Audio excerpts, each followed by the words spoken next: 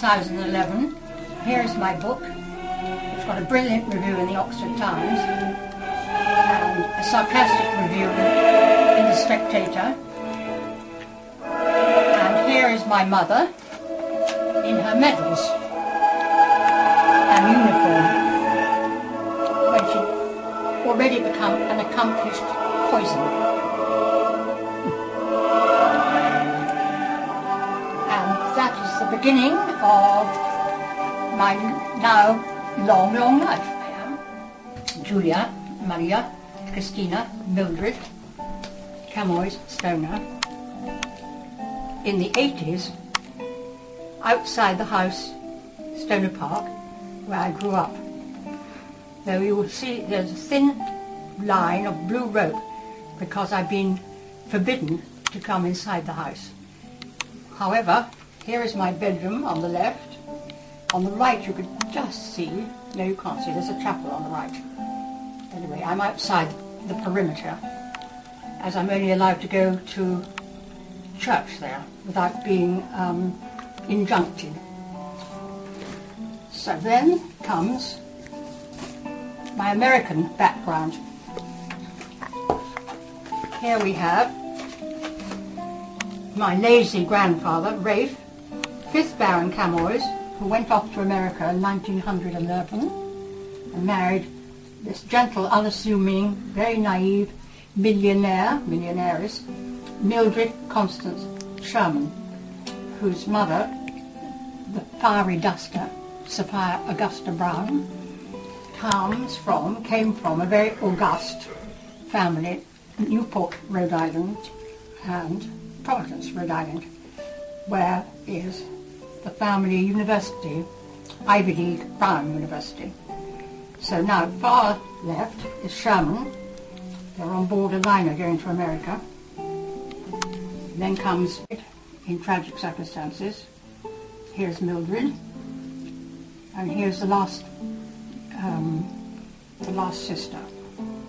And on the back, let's see what we have. Sitting in Stonor Lodge, Bellevue Avenue, Newport. Here's Sherman. Here's Mildred, looking very triste. And here is Nadine. And then there's the baby. And I have here, let me see, rather a stunning article when I was interviewed at his request by Sebastian Shakespeare of the Evening Standard. And I think the headline is telling. I pleaded with so many people for reconciliation and also justice. And on the reverse, all too true, I had to live on potatoes and soup. It seems to me the same episode is prolonged in 2011.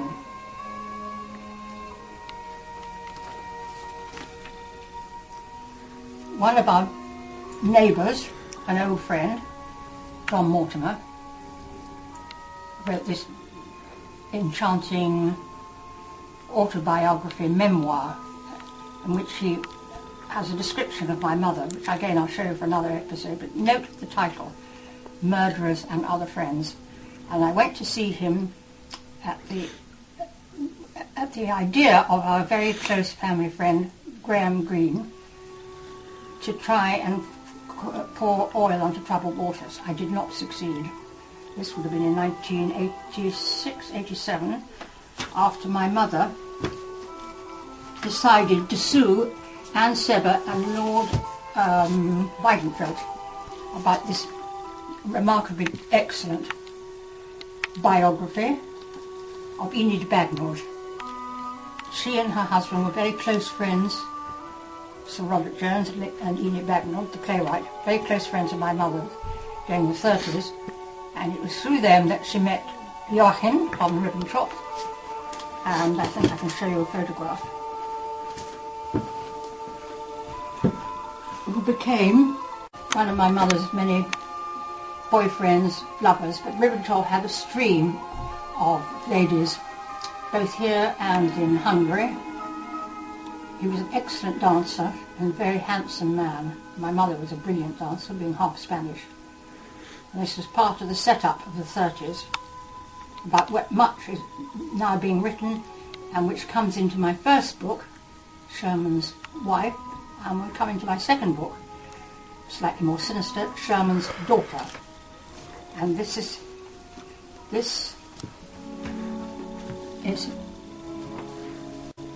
title is self-explanatory.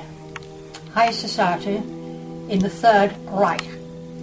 And this comes across Europe. It's not exclusive to Germany. It's certainly very much focused at the von Ribbentrop Bureau in London and in Paris and I believe in Dublin. And then I think I should explain the photographs to you of my family background. Julia, I think when I was attending an evening patronised by the then Duchess of Gloucester, Princess Alice, a very close friend. Here is my husband Donald, Słomnicki Saunders, in about 1962. We met in New York at Jake Carter's apartment, Sutton Place South. Here's my first date, the most gorgeous, glamorous young man with heavenly blue eyes, 2 years my junior, His Royal Highness Prince William of Gloucester, and we went to the theatre together. In fact, I think we went to see the Filipino dancers. As you see, as was Le Rigueur, I had to have long white suede gloves to be correct.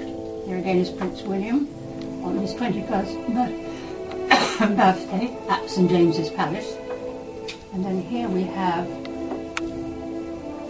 my father's obituary card. I'm not quite sure who composed that. And then Eartha. And then we have my mother's unbelievably generous, wonderful godmother, the Infanta Maria Cristina de Bourbon, who held me at my christening at the London Oratory in May 1939.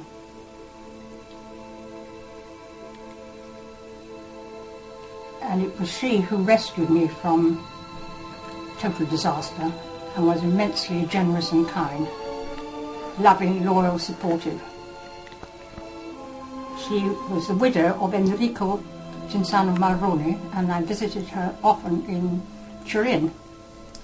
She also came to see our little house here in Burnthwaite Road, which I bought for £24,500 in 1976, 1977, at the same time that Stonor Park and its many acres and villages and hamlets was sold for £23,500, and the woods thereafter was sold for cash for £100,000. I can't quite understand how I managed to do so little with only £1,000 more. But she rescued our mortgage. She was incredible, and I have her lovely watch, which we'll see in the photograph, which she gave me after my father's mysterious death.